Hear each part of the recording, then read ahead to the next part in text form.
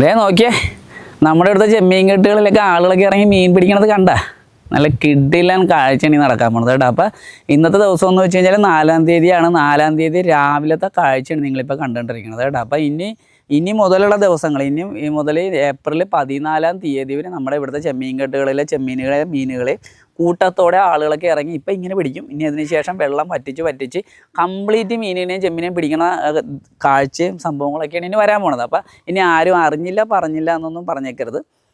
ഞങ്ങളുടെ നാട്ടിലെ ഏറ്റവും നല്ല രസമുള്ള കാഴ്ചകളായിരിക്കും രാവിലെ വന്നു കഴിഞ്ഞാൽ കാണാനായിട്ട് പറ്റണത്. അപ്പോൾ കാണാൻ മാത്രമല്ല, നിങ്ങൾക്ക് ആർക്കെങ്കിലും മീനും ചെമ്മീനും ഒക്കെ പിടിക്കാൻ ഇൻട്രസ്റ്റ് ഉള്ളവരാണെന്നുണ്ടെങ്കിൽ ഇനിയുള്ള ദിവസങ്ങളിൽ, അപ്പോൾ ഇന്ന് 4-ാം തീയതിയാണ്, ഇന്നിപ്പോൾ ഇവിടുത്തെ ഒരു ചെമ്മീൻ കിട്ടൽ വീശുന്നുണ്ട്.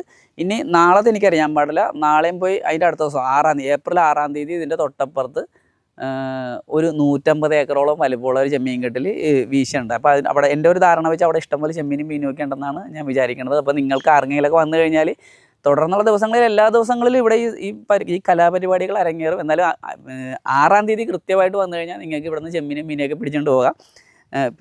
പിടിക്കാനായിട്ട് പ്രത്യേകിച്ച് ക്വാളിഫിക്കേഷൻ ഒന്നും വേണമെന്നൊന്നുമില്ല. വന്നു കഴിഞ്ഞാൽ എല്ലാവർക്കും വളരെ ഈസി ആയിട്ട് പിടിക്കാൻ പറ്റും. പിന്നെ നിങ്ങൾ ഈ ഒരു സംഭവം കാണുമ്പോഴേ ഭയങ്കര വലിയ ഒരു കായൽ കിടക്കണ പോലെയൊക്കെ നിങ്ങൾക്ക് തോന്നുന്നുണ്ട്. പക്ഷേ പേടിക്കൊന്നും വേണ്ട. ആഴം എന്ന് പറയുന്നത് നമ്മുടെ ഏകദേശം ഈ ഒരു അര വരെയൊക്കെ ഉണ്ടാവുള്ളൂ, ചിലപ്പോൾ അതിലും കുറവായിരിക്കും. അതുകൊണ്ട് ആരും പേടിക്കാണ്ട് ധൈര്യമായിട്ട് വന്ന് മീൻ പിടിക്കാം.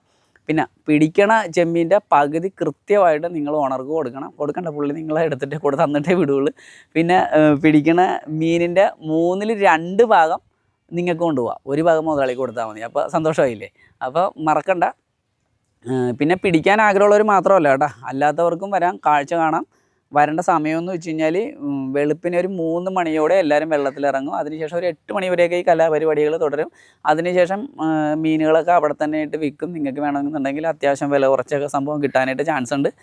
അത് ആ സമയത്ത് കിട്ടണ മീനിൻ്റെ ലഭ്യത അനുസരിച്ചിട്ടായിരിക്കണം. പിന്നെ സ്ഥലം വരണത് എഴുപുന്നയാണ്, ആലപ്പുഴ ജില്ലയുടെ വടക്കേ അറ്റത്താണ് ഈ സ്ഥലം പറയണത്. ലൊക്കേഷൻ ഗൂഗിൾ മാപ്പിലൊന്ന് സെർച്ച് ചെയ്ത് നോക്കിയാൽ മതി. എഴുപുന്ന നീണ്ടകരയാണ് കേട്ടോ.